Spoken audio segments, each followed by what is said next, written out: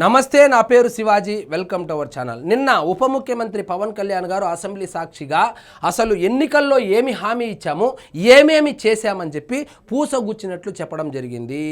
So చెప్పిందే చేశాం, చేసిందే చెప్తున్నాం అనేటువంటి ఒక ఆయన స్టైల్లో అయితే చెప్పడం జరిగింది.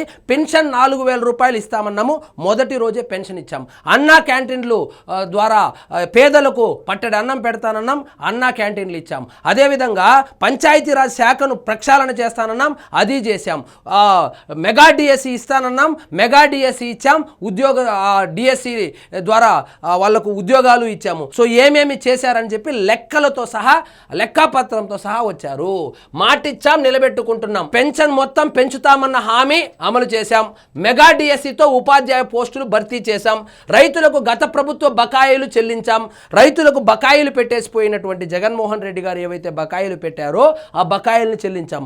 ఒక రైతులకే కాదు, ఫీ రియంబర్స్మెంట్ అని చెప్పి 4,500 కోట్ల రూపాయలు ఎంతో బకాయిలు పెట్టిపోతే అది కూడా చెల్లించారు.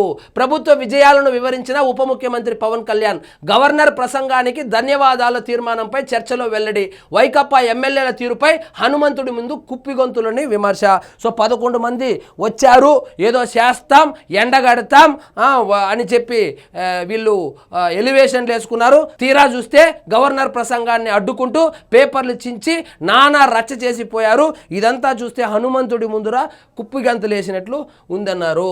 సో ఇక్కడ చూడండి, తొలకరి వర్షం తరువాత జలదానం చేసిన మేఘానికి భూమిలో చిన్నారి గింజ మెడ బయట పెట్టి మొదటగా వచ్చిన 2 ఆకుల్ని చేతులుగా జోడించి కృతజ్ఞతలు తెలియజేసింది అని ఒక కవితలో చదివాను. ఆ చిన్నారి మొలకల ఎన్డీఏ ప్రభుత్వం అన్నం పెట్టే రైతాంగానికి కృతజ్ఞతతో అండగా నిలబడుతుందని కవిత్వం కూడా చెప్పడం జరిగింది. అన్నం పెట్టే రైతుకి 1,674 కోట్లు బకాయి పెట్టిన వైకాపా. సో ఆ బకాయిలు తీర్చాము. పంచాయతీరాజుకు సంబంధించి ఆయన శాఖ కాబట్టి 10,000 మందికి పదోన్నతులు. అంటే పంచాయతీరాజులో పదోన్నతి అనేటువంటి పదాన్నే మర్చిపోయినటువంటి ఉద్యోగులు ఎప్పుడైతే ఈ కూటమి ప్రభుత్వం వచ్చిందో 10,000 మందికి పదోన్నతులు వచ్చింది. ఉద్యోగుల ఆవేదన మాకు తెలుసు, అందుకే సీఎం చంద్రబాబు నాయకత్వంలో పంచాయతీరాజ్ శాఖలో 10,000 మందికి ఏకకాలంలో పదోన్నతులు ఇచ్చాం. మరో 77 మందికి జిల్లా పరిషత్ సిఇఓలుగా ప్రమోషన్లు కల్పించాం. 77 డిడిఓ కార్యాలయాలు ప్రారంభించాం. అంద మహిళల క్రికెట్ జట్టు కెప్టెన్ దీపిక మొదలుకొని ఇటీవల పోలీస్ కానిస్టేబుల్గా ఎంపికైన యువత, ఉదయగిరి నియోజకవర్గంలో పాఠశాల విద్యార్థుల వరకు గ్రామానికి స్కూళ్లకు వెళ్లేందుకు రోడ్లు కావాలని అడిగారు. గర్భిణీలు ప్రాణాలు అరచేతిలో పెట్టుకుని కొండలు గుట్టలు దాటుకొని వెళ్తున్న పరిస్థితుల్లో జాతీయ గ్రామీణ ఉపాధి హామీ పథకం పిఎం జన్మన్ రాష్ట్ర ప్రభుత్వ నిధులతో అడవి తల్లి బాట పేరుతో 625 గిరిజన గ్రామాలను అనుసంధిస్తూ 1069 కిలోమీటర్ల రహదారులు నిర్మిస్తున్నాం. 17 కుటుంబాలున్న మారుమూల గిరిజన గ్రామానికి ₹1,00,00,000 పైగా వెచ్చించి 9.6 కిలోమీటర్ల మేర విద్యుత్ స్తంభాలు వేసి కరెంటు ఇచ్చాం. ఈ విధంగా వాళ్ళు చేసిందంతా చెప్తా ఉన్నారు. ఈయన చెప్పింది వినడానికి ఆ 11 మంది లేరు. సో మొత్తానికి మీరు అసెంబ్లీకి ఎలా వస్తారో చూస్తాం, అసెంబ్లీ గేటు కూడా తాకలేరని చెప్పిన వైఎస్ఆర్సీపీ వాళ్ళు అయితే కనుక అడ్రస్ లేదు.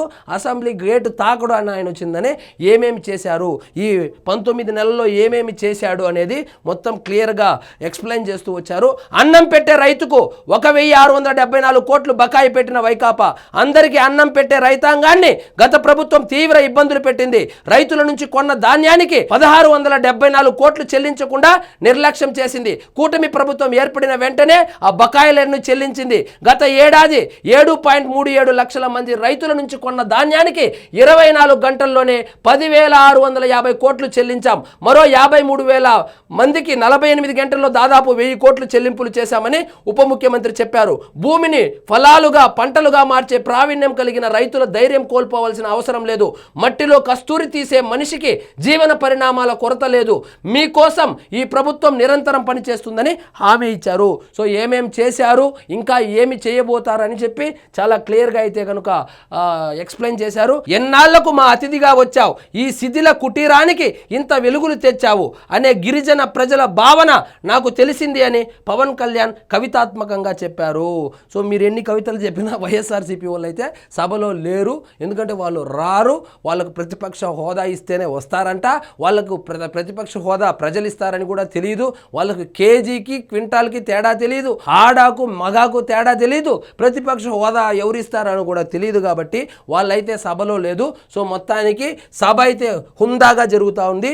సో ఇంతకుముందు జగన్మోహన్ రెడ్డి గారు అధికారంలో ఉన్నప్పుడు ఏ విధంగా జరిగేది, డబ్బా కొట్టేవాళ్ళు, జగన్మోహన్ రెడ్డి వీరుడు సూర్యుడు అని చెప్పి 4 ఎలివేషన్లు వేసేవాళ్ళు.